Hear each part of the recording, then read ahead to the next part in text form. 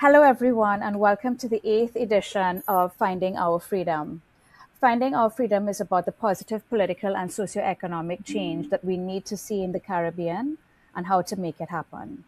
We aim to transform how Caribbean people understand the challenges in this region and empower everyone with the actionable solutions to drive real change in our communities and our countries.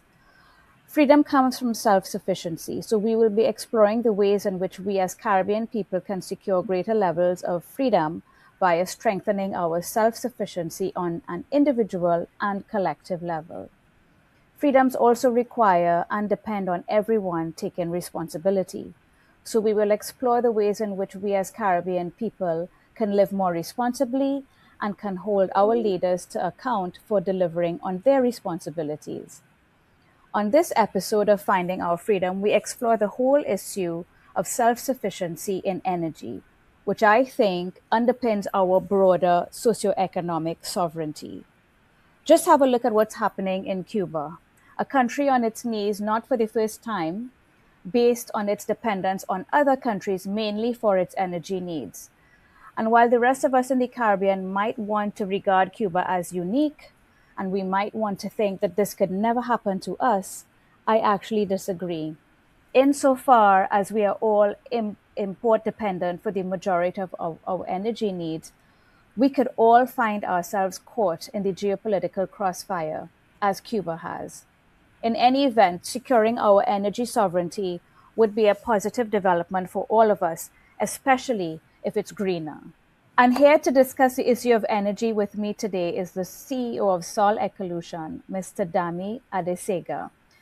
Dami, welcome to Finding Our Freedom. Thank you, Marla.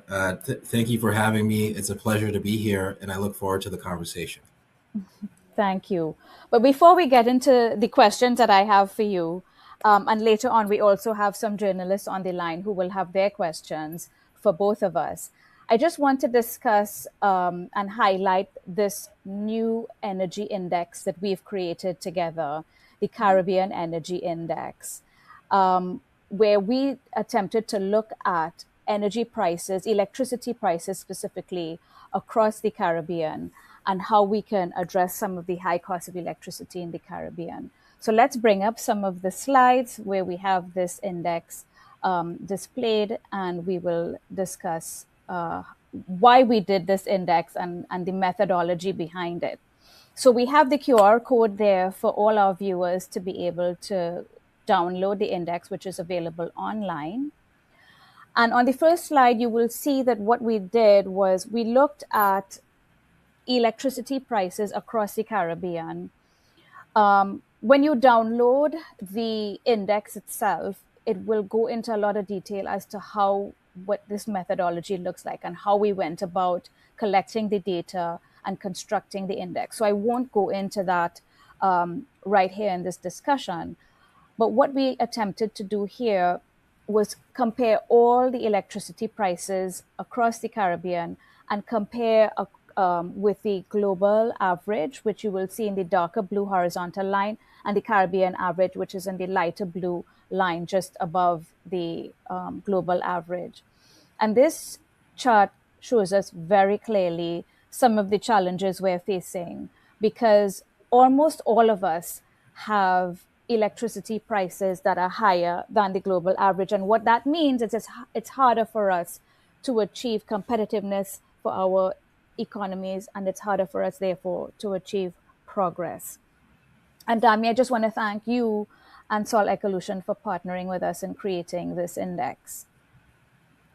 Absolutely. It was our pleasure to be a part of this, and I appreciate the collaboration that led to this index.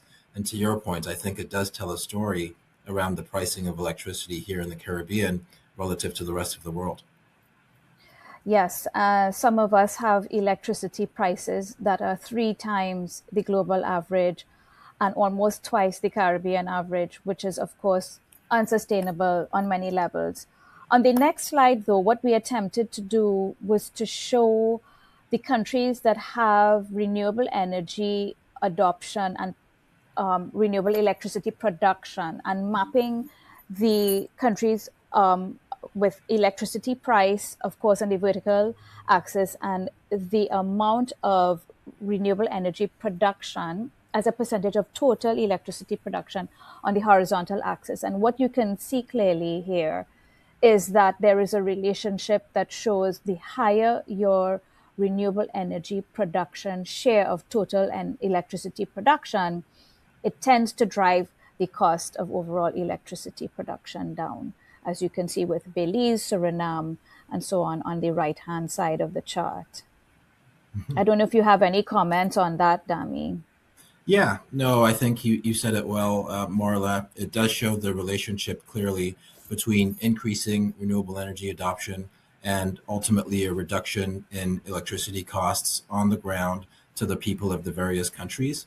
I think this is primarily due to, the pricing of renewable energy. When you think about solar, when you think about wind, these are fairly mature technologies that have reducing pricing as time has ultimately gone on. And we're now at a point where it is more economically cheaper, essentially, to as you get more renewables online, it brings down the cost of the overall electricity. And so I think that's really what this chart shows. Not only is there the benefit of having a more sustainable energy mix as you increase the renewable energy within the system, but it also has real economic impacts as far as the cost of energy to the people in the country. Yeah, the cost of energy to the people in terms of their households, but also the cost of energy to doing business. So, for example, tourism is our largest sector in the Caribbean, and the Week on the Beach index that the IMF had done some years ago shows how uncompetitively priced our tourism product is, and part of that is because of the electricity cost. So, in any event, bringing down electricity costs for businesses as well means that they will be much more efficient, much more competitive, and therefore more successful, which will then make all our economies presumably more successful. Yeah, exactly. I mean, energy is such a core part of any society and such a core part of really society, being productive and economies growing. And so being such a core kind of service that's so important to the development of economies, keeping the price of electricity and energy more generally as low as possible has makes a real difference in terms of society's ability to improve and to continue to grow. And so, as you said, not only to individuals, to households, but to businesses as well, it really does drive the flywheel that enables society to improve, economies to grow, and ultimately brings benefits to everyone involved. And so, really, a core part of the ecosystem. Yep, indeed. And on the next slide, I just want to describe a little bit what we did here. Most people would be aware of the Big Mac Index. And what the Big Mac Index attempts to do, the Economist magazine basically looked at the price of Big Macs all over the world, wherever there were Big Macs. And they rank from the highest cost to the lowest cost, the cost of a Big Mac in all the countries across the world. And what this does is it shows you what is the purchasing power of a dollar in all of those countries. On the flip side to purchasing power, basically what it shows you is how expensive life is in those countries. So, for example, the highest cost Big Mac in the world is in Switzerland. It's $7, say, let's just say almost $8 US for a Big Mac in Switzerland. Whereas in India, you can get a Big Mac for half the price, less than half the price you could in Switzerland. And so what that means is the cost of living and the cost structure in Switzerland is more than twice that of India. What we try to do here on this index is we don't want to just look at the cost of electricity. We want to look at how affordable is electricity in these jurisdictions in the Caribbean. And so what we did was we used a purchasing power index, and we combined that with our index for energy prices that you saw in the first chart. And we came up with this version of our index, which is basically showing us the purchasing power adjusted electricity price. And you would notice that what it's done is it's shown us which countries electricity is the most unaffordable or burdensome financially. Bermuda is still at the top. Turks and Caicos is still high up there. But Barbados moved from having, for example, an average nominal price of electricity all the way up to being the third most financially burdened cost of electricity in the Caribbean. Cayman is fourth, Anguilla, Bahamas, and so on. So this just helps us to understand how affordable or unaffordable electricity is in the Caribbean and how much of a burden it is on people, and therefore how much more of an incentive it is to adopt renewable energy in these countries where electricity is the most unaffordable. Yeah, no, to your point, Marla, I think it tells a very clear story around the pricing of electricity as you look across the various markets here in the Caribbean. And it is really quite a wide range when you look at the variability of it. Again, when you think about Bermuda all the way to the left and then Suriname all the way to the right.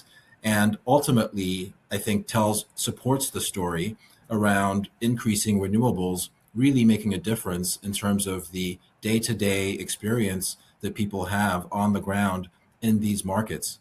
There's a real opportunity as renewables becomes a larger part of the ecosystem to not only drive the sustainability improvements, but also to drive improvements in terms of the cost of living, the quality of life, so on and so forth, in these markets as the overall cost of electricity goes lower and lower. And so, really, I look at this chart and what I see is continued opportunity, right? Where currently today we have a certain level of penetration of renewable energy within these markets. And there's certainly the appetite, I think, across the Caribbean to continue to increase the percentage of renewable energy that comprises the energy ecosystem. And really, this tells a story of the opportunity for, as we increase and add more renewable energy, whether it's solar or wind or EVs or hydrogen, the gamut of technologies that are available, as we add those more and more to the ecosystem, it ultimately will have a myriad of benefits to the people and to the markets. And so I think this tells the overall story of the pricing, but also points to the opportunity that's in front of us as far as the real difference that can be made as renewables becomes a larger part of the ecosystem. For sure. And so, on that point, share with me your thoughts on a country that you think got it right, that went ahead with renewable energy adoption. What was it? Tell us their story. What did they do, and how did they manage to get it right? Sure.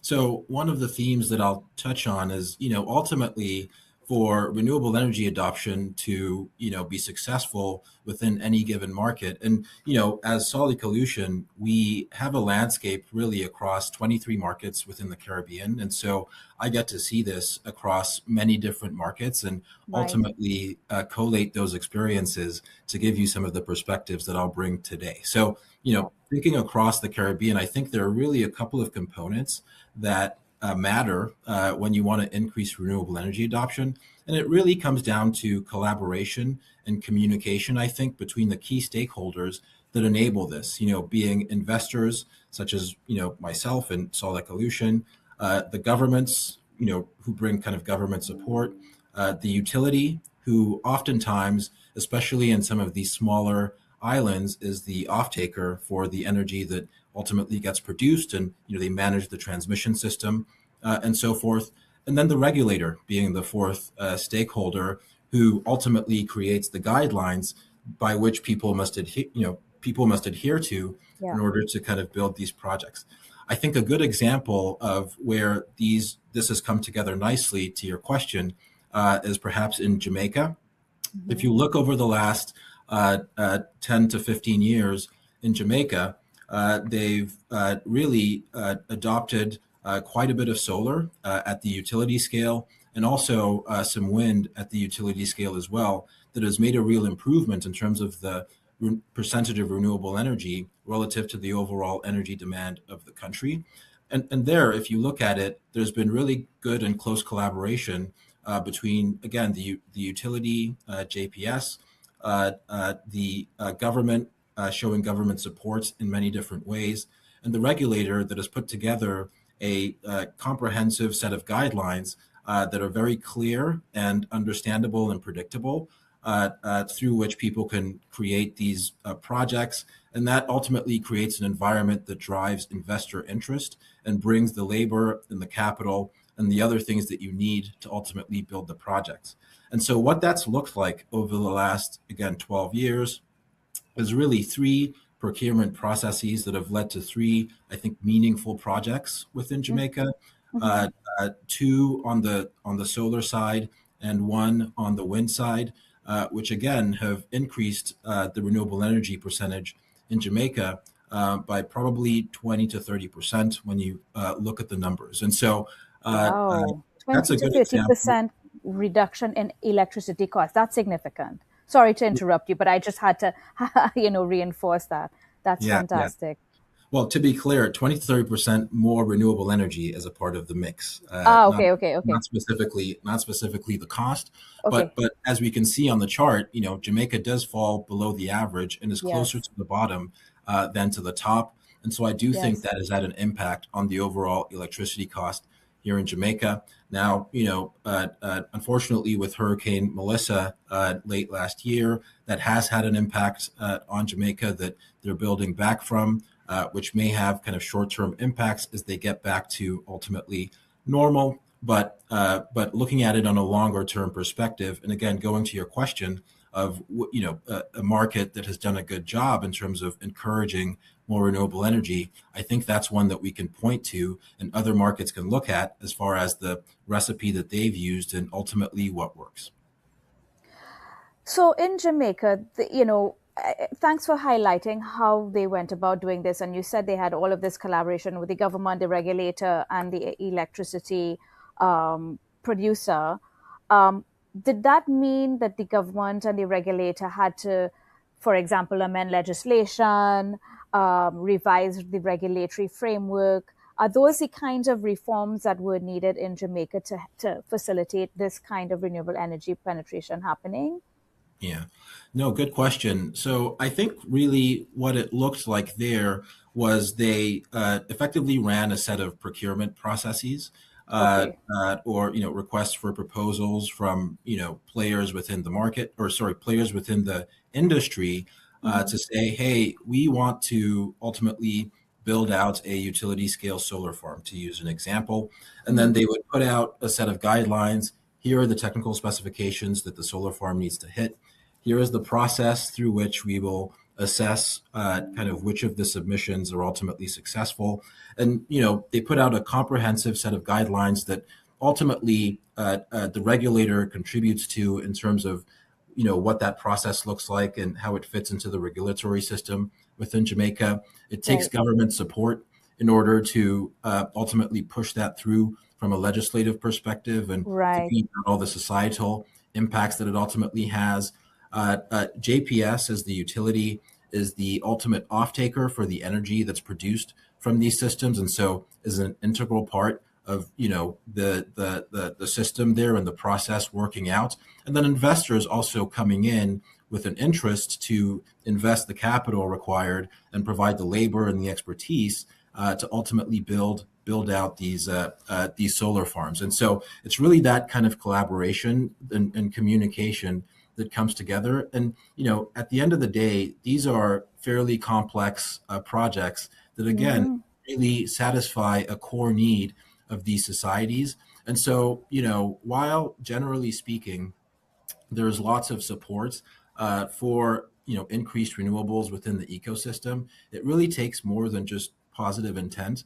I think the understand each stakeholder really understanding the context and realities that the other stakeholders operate in.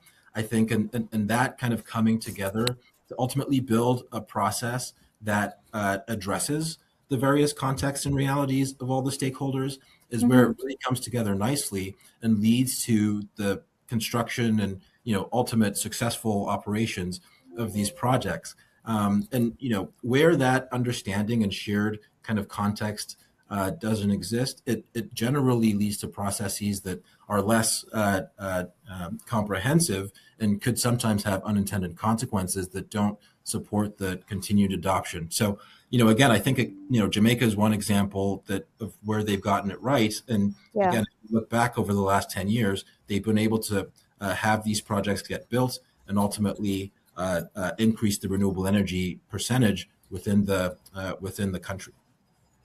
And Jamaica's been, I mean, from my perspective, and I say this all the time, in the English speaking Caribbean in particular, but not limited to English speaking, to me, across the Caribbean, Jamaica is that country in the last 15 years that has made the most socioeconomic progress.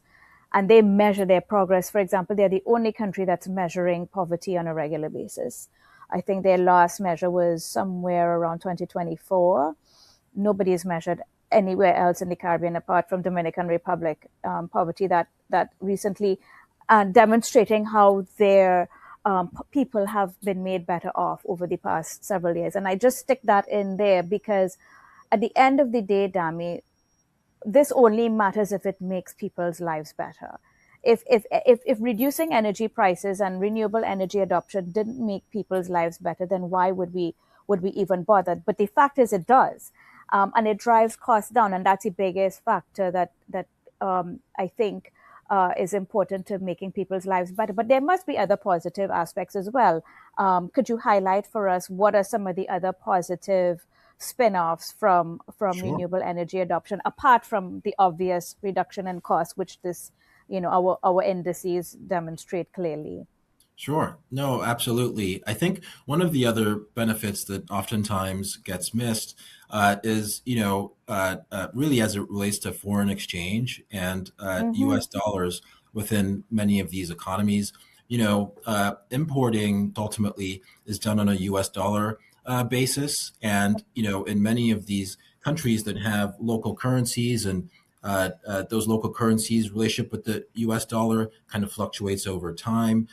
It can make it a bit more difficult when you're, thinking about the budget of a country when the pricing of energy fluctuates over time. And so one of the other benefits is ultimately as you get renewable energy in, it stabilizes that cost for you and gives you a very predictable cost over the course of 10, 15, 20 years. Yep. Oftentimes these contracts are multi-decade contracts, and so you get visibility long term into the future of what that cost looks like, and it stops being kind of a fluctuating number. But then also, oftentimes you can, depending on the way the deals are structured, there's a local currency component and a US dollar component, and it can actually help to stem the outflow of US dollars and help to compensate for some of that using local currency. So that's, a benefit that oftentimes gets missed, but is also, a real benefit as you kind of increase the renewable energy penetration within a given market. And look, we're highlighting Jamaica here, but as I noted, we get to see this across a broad swath of the Caribbean. And ultimately, it's not a one size fits all in terms of what works for every country. Smaller islands have different needs than some of the larger islands. If you think about the variability of the country size, population size, so on and so forth across the Caribbean. But I would say the overall theme and the overall headline is, you know, beyond just the sustainability and the cost implications as you increase the renewable energy within the ecosystem, it does also help from a budgeting and a foreign exchange perspective as well. Now, last week, I did my Caribbean Economic Outlook, which is available on my website and on my YouTube channel. And the one thing that I chose to highlight as a theme across the Caribbean is the fact that in almost every country in the Caribbean, all of our foreign exchange reserves is borrowed because our foreign debt denominated in foreign currency is higher than the level of reserves that we hold at the central bank. And that means we have to pay back this debt plus interest with reserves that are less than the debt that we hold in US dollars. And so, to your point, Dami, this renewable energy adoption is going to help us to save on foreign exchange expenditure for energy. And this is an issue that is critical to the Caribbean right now because almost all of us have reserves that are more than 100% borrowed. That means we have some serious external weakness. What do I mean by that? Weakness in respect to our reserves, weakness in respect to the strength of our currencies. And that's a major vulnerability across the entire Caribbean. And so I just want to highlight your point that renewable energy adoption does not just drive down the cost of the electricity, it also helps us to save on the foreign exchange that is so precious and becoming increasingly scarce in the Caribbean. Hmm. Absolutely, absolutely. I think I couldn't have said it better myself. I do think it has a myriad of benefits. Yes, but tell us, I mean, I'm sure there are other organizations that support countries in looking to increase their renewable energy penetration, apart from Sol Ecolution, who actually would come and implement, a solar system. In terms of financing, technical expertise, can you share with us some information on those organizations?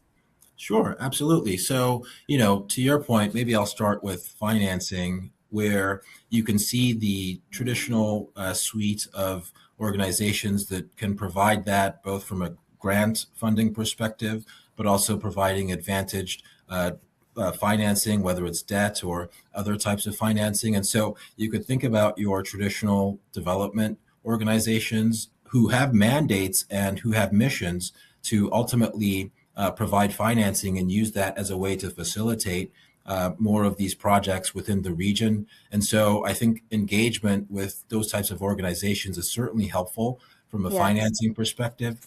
And then you can also think about there are many nonprofits out there that provide expertise, whether it's technical or otherwise, as far as how to ultimately structure some of these projects as you Mm-hmm. try to get more and more of them online. There are a suite of organizations that can support this type of thing where a market needs to increase its renewable energy penetration. But again, I think I would go back to I think the most important thing is really the collaboration between the key stakeholders, being the governments, the utility, the regulator, and then ultimately investors as well, and understanding the shared context between those stakeholders so that the ultimate systems that you build or the processes that you kind of build are practical and actually address kind of the key needs of all those stakeholders so that you get to a successful outcome. The development banks in the Caribbean are definitely development partners that we are grateful to have, such as I mean, just to highlight them again, the Inter-American Development Bank, the IDB, the Latin American Development Bank, CAF, the Caribbean Development Bank, the CDB, and we also have the CARICOM Development Bank. Those are the main ones operating in the Caribbean, and all of them are supportive of renewable energy transition. Just before we switch to inviting our journalists to ask their questions, one thing I wanted to highlight, you know, we we like to say things like, we want to be net zero, we want to basically support renewable energy because it is greener, because it's more sustainable, and it brings down our carbon emissions. The thing about the Caribbean and small island developing states is that even if we were all net zero, and by the way, some of us are net zero, Guyana and Suriname are examples of that. The thing is, we are less than 2% of global carbon emissions, right? And so this is not necessarily going to move the needle in terms of carbon emissions and the effect that it has on climate change. But what I wanted to highlight was that we recently had last year the ICJ opinion on the obligations of states as it relates to the planet. And we've also seen recently the so-called Bonaire ruling in a court in the Netherlands, which is basically saying that the Netherlands needs to and we have a lot of overseas territories and colonies in the Caribbean. As a matter of fact, we have more colonies in the Caribbean than we have sovereign countries, and a lot of people don't realize that. And what this ruling in the Netherlands found was that insofar as the Netherlands has spent money on protecting its people and its property from the effects of the climate crisis, they need to spend the same amount on an equitable basis. They need to demonstrate equitable assistance to their colonies in the Caribbean. So you have Curacao, Aruba, Bonaire, Saba, St. Eustatius, St. Martin, for example.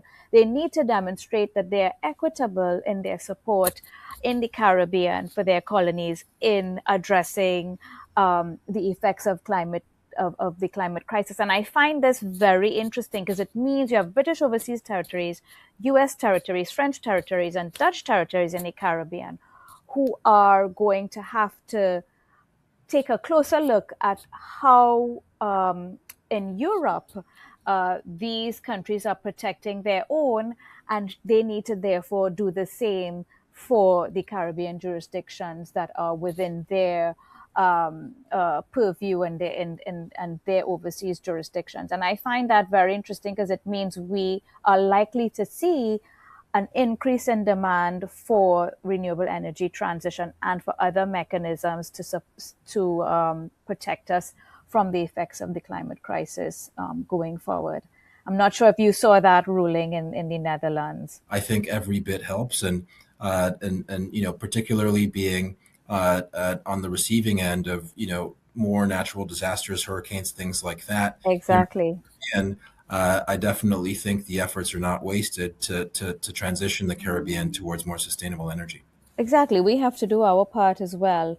So, what I'm going to do now, I'm going to invite the journalists who are present here with us to join us and to share the questions that they might have regarding what we've just discussed, everything we've just discussed, and regarding the index that we've created. So I see we have Ryan Bechu, who is from Trinidad and Tobago. He's going to type in some of his questions. That's no problem, as his microphone is having a bit of an issue. No problem, Ryan. You can put them here in the chat. But if there are any others who want to chime in with their questions, we're happy to receive those questions. Jean-Michel, welcome. Hi, Marla. Hi, Dami. Yeah, it was a great presentation. Thank you so much. Yeah. Thanks for joining us, and welcome, James. Hi, guys. Can you hear me? Yes, we're hearing you. Perfect. Yeah, thanks for a good presentation. Dami, so it's interesting. You mentioned JPS in Jamaica. I've just Googled them, and I think you've got the shareholders is the government, and then two corporations. I think Marubeni is one. So perhaps it depends on, like you say, it's about stakeholders, right? So if the government of Jamaica is a stakeholder in JPS and a shareholder in JPS, then it's part of the national interest for renewable adoption.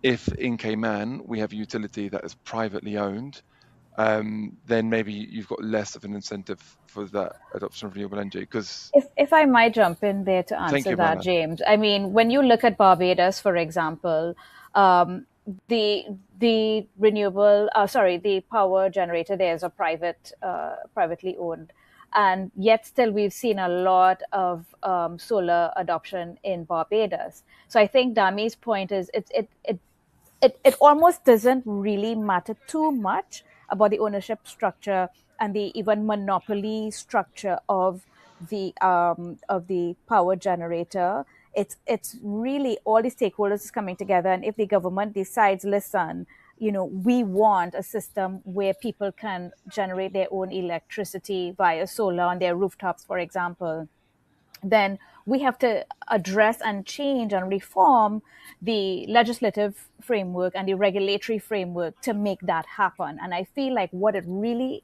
requires, as to Dami's point, is it requires all the stakeholders coming together and coming to an agreement that makes sense and making the necessary changes to the system to make that a reality. Let me just move quickly because we don't have a whole lot.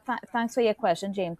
Ryan Vechu has asked, do you see countries such as Trinidad and Tobago and Suriname making any real effort towards renewables, given that they are oil and gas economies?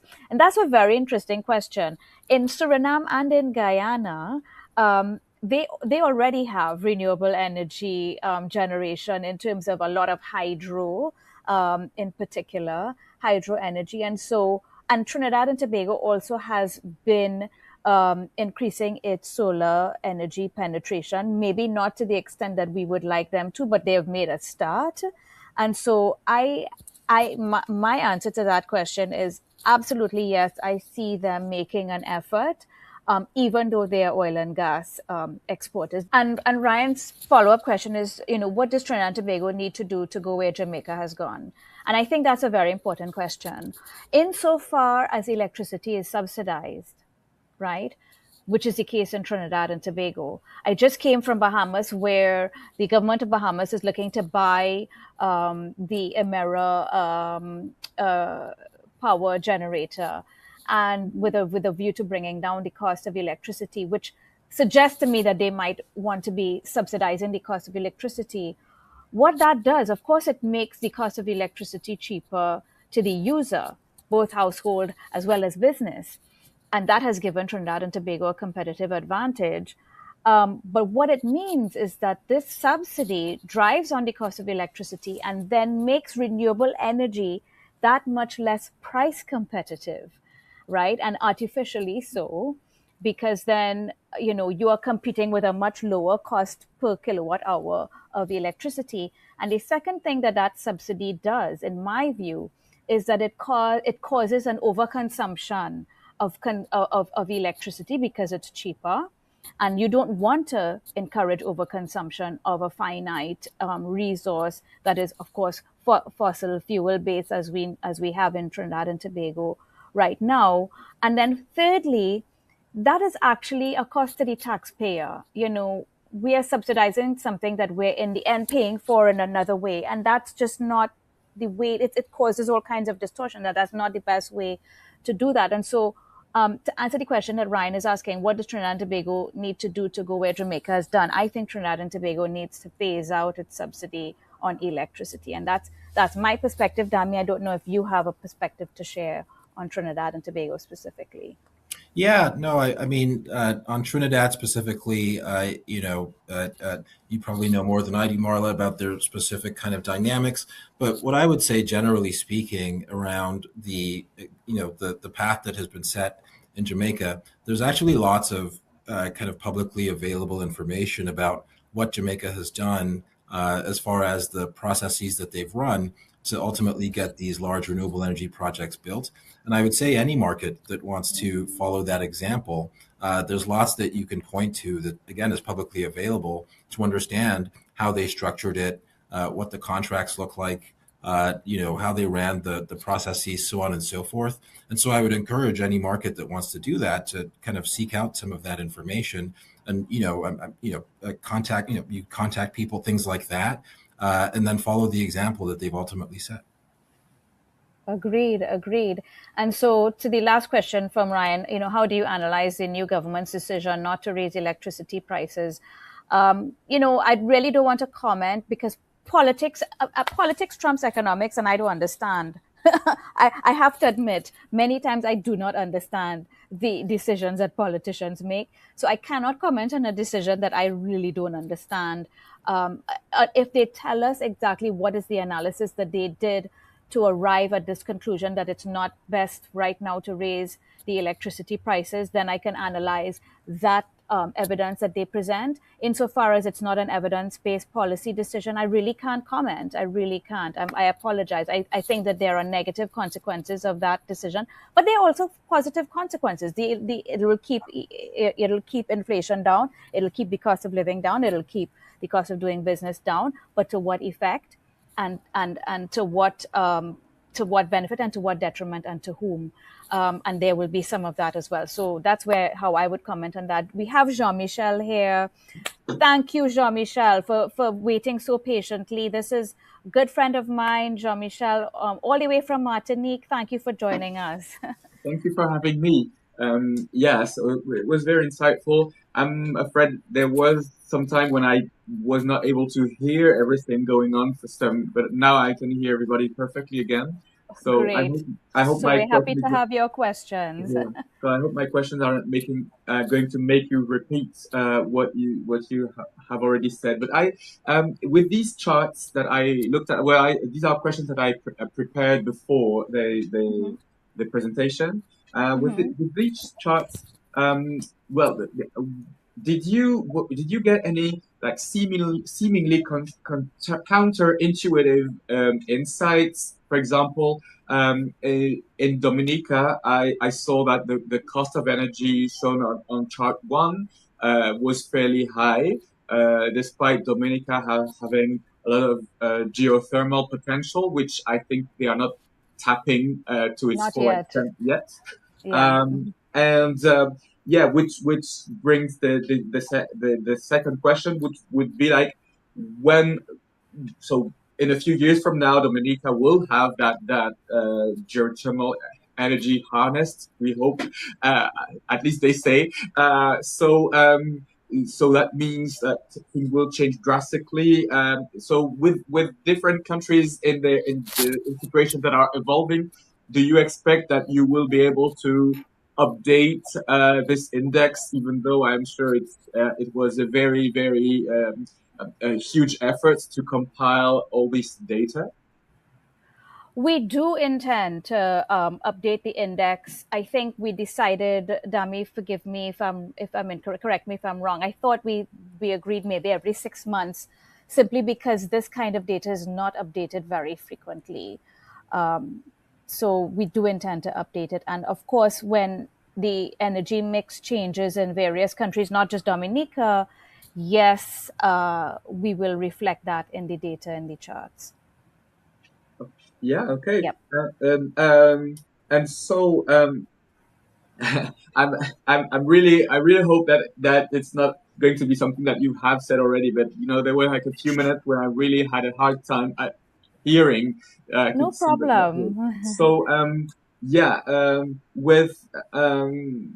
yeah, I mean, with like the Caribbean countries, we have like those sovereign nations, non-sovereign. We have like very different geographical entities in terms of mountains, no flat and everything. So of Mhm. course, and oil and gas extraction somewhere in some countries.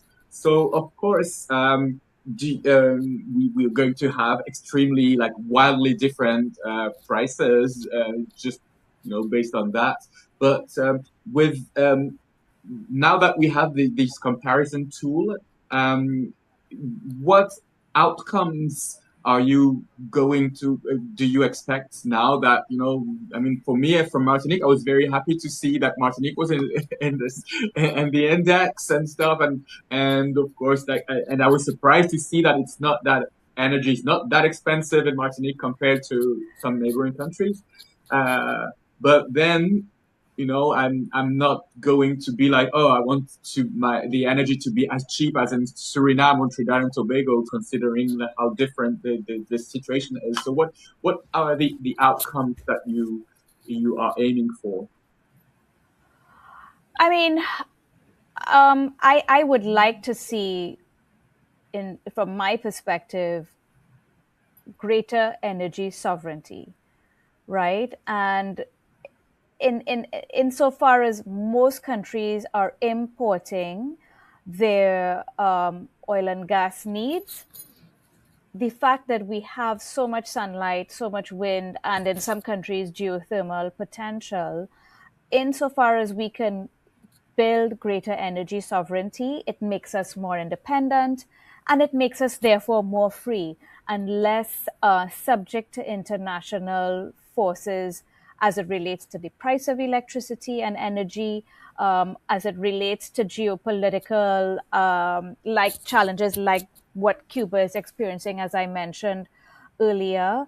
Hopefully, as we update this index, every 6 months and see the trends over time, hopefully we ultimately see that line come down in terms of the overall cost of the energy within the countries here in the Caribbean. And, we've talked about all the benefits that ultimately will lead to for, all aspects of society within these markets. So I'd say on an overall basis, getting the word out there and increasing visibility and, education around it, hopefully that kind of leads to positive improvements in terms of renewable energy and the ultimate price. And again, leads to the benefits that we've talked about within these societies. Including saving foreign exchange if we have to import less oil and gas and we now generate more renewable energy domestically. And that's an important factor for many countries in the Caribbean. I see Ryan has put one more question here, which is quite interesting. How do you see the developments in Venezuela helping or hurting the region's energy security? Now, that's an important question because, again, I want to go back to the whole geopolitical issue and how geopolitics and geoeconomics affects us in the Caribbean and from an energy perspective and otherwise. Having more renewable energy generation domestically helps to insulate us from the vagaries of geopolitics and geoeconomics. And so I would like to see us have more energy sovereignty by having more renewable energy adoption. Specifically, Venezuela, insofar as what has happened in Venezuela, and we're already, I highlighted this in my recent Caribbean Economic Overview, which is available on my website and on my YouTube channel.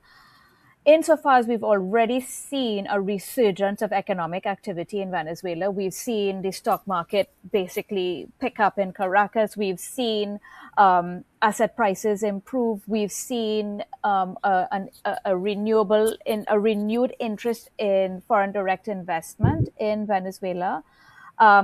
I think a greater level of socioeconomic stability and political stability in Venezuela will be positive for neighboring Guyana, neighboring Trinidad and Tobago, and could potentially, if Trinidad and Tobago is able to capitalize on the gas in the fields that straddle Venezuela and Trinidad and Tobago's marine space, I think it can be positive for the region's energy security.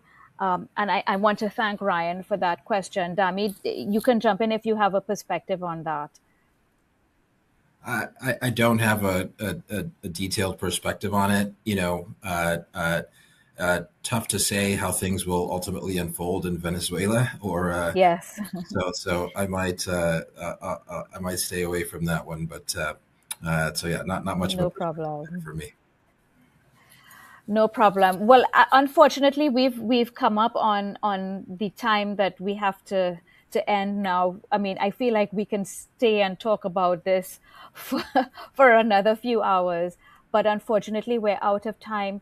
I just want to thank, first of all, the journalists who stayed on as long as you have and have asked us important questions around the index and around renewable energy adoption more broadly in the Caribbean. Thank you very much to Jean-Michel, James, and Ryan for participating and sending us your questions. And of course, to you, Dami, I can't overstate how grateful I am for your partnership in creating this Caribbean Energy Price Index in conjunction with me and my team.